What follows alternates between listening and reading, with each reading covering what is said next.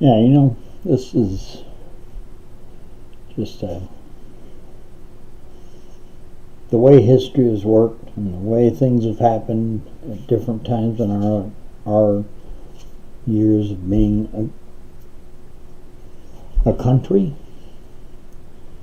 You can go back to Abraham Lincoln, who was duly needed his first 2 years. We were killing each other at a rate that was unbelievable. And it had to stop. But, it's funny, there's certain things that happen at the same time that a random assassination was happening. Now, these are just from historians that I've read, and just different ideas of what was happening. But when Lincoln was assassinated, all the ways into and out of, the main ways into and out of Washington, D.C. were blocked by the military. You had Sherman's army and you had Grant's army outside the city. So that if riots had started, the military would have been there to take control of the situation. It's pretty amazing that was, there was other explanations of why they were there, but it's just a tad strange that they were there in position to stop any rioting, stop any change, and the government, it's there and it's being protected, But to also take out a man that was definitely ahead of his time, but also wasn't the person this country needed after the Civil War was finished. He was definitely needed to stop it, but he wasn't needed to be America to become the economic power that it could become. And the people in power at the time, that was pretty much what they wanted to keep intact, was that the North, who had all these factories and industry and all that, they had to keep the money there invested. And for a long time, until some car companies wanted to go down and build factories that weren't unionized, they went down south. But for a long time, there were no major factories down south. There were major companies, doing up and down the East Coast, North Carolina, South Carolina. Tobacco is a huge industry. Cotton's a huge industry. So there's huge industries, just different types. In the North, it was factories producing stuff. And that's what Trump's trying to start again, is our factories to start producing. Because you go to pretty much any inner city that has problems. East St. Louis, I taught there for 4 years. Had to stop because I had my third heart attack after 2 strokes. So I had to stop teaching.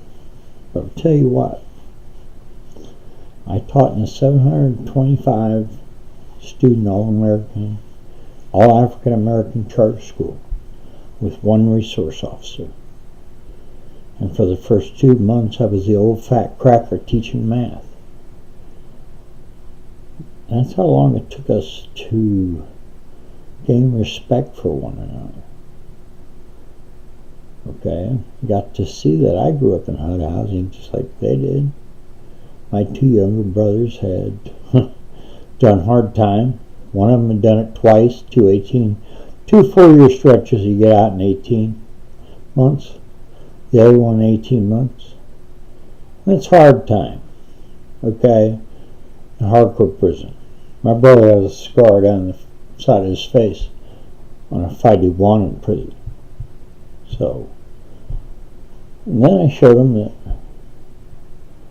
we had 6 people living in a 900 square foot, 3-bedroom, 1-bath house. And I showed him how pictures from when that was happening. And then, on my book, I had a huge corkboard. And in the middle, I had all my degrees. My high school diploma, my BS of chemical engineering, my BS in economics, my 3 minors in accounting, statistics, and business. I had them there in the center of the bulletin board. On the other side, I had pictures of me everywhere that's killer in the world. I traveled 116,000 miles a year for 7 straight years. I've been around the world 6 times. I have pictures of me with my wife on a couple of trips, with my wife riding camels to the pyramids. Plus, I'd hired a guy that day to take us around, and I really did want to meet people that actually lived in Egypt and just to see the difference in cultures. It was during Ramadan when most people had gone on to Mecca, but there was still a couple of people left there to run shops and stuff like that I met. The only way you can know a civilization is to meet them and talk to them. Okay? So, then I have pictures of me, King Tut's tomb, on safari in Kenya. Picture safari. We took pictures, killer cameras, but we had hunters with us because we got close. Hippos, rhinos, tigers, elephants. And these guys were there to take stuff down if it came after us. Well, I didn't ever think they could take as much down as we saw. Okay? So it kind of scared me a little bit. And at night, they had a line hung between this huge telephone pole and this huge tree. At 9:30 at night, 10:30 at night, whenever it got dark, they'd flip on these big spotlights, and here'd be this panther crawling on this rope to get to this stake they'd put out there. This panther was a real panther, and wow, it was climbing this rope to get the food.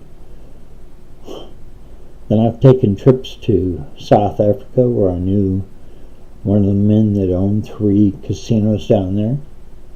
Surf down there is great. The time we had down there were great.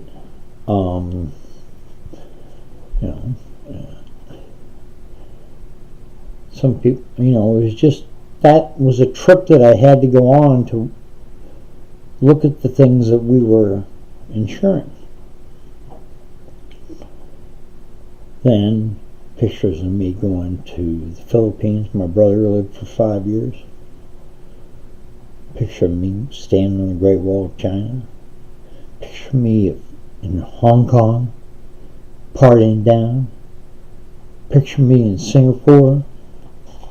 Pictures of me in Australia. Pictures of me in Japan. I made one of the rookiest stupid mistakes at a dinner there at this man's home. I actually complimented his wife on the dinner. It was a great dinner, but I wasn't supposed to talk to her. I didn't know the customs well enough.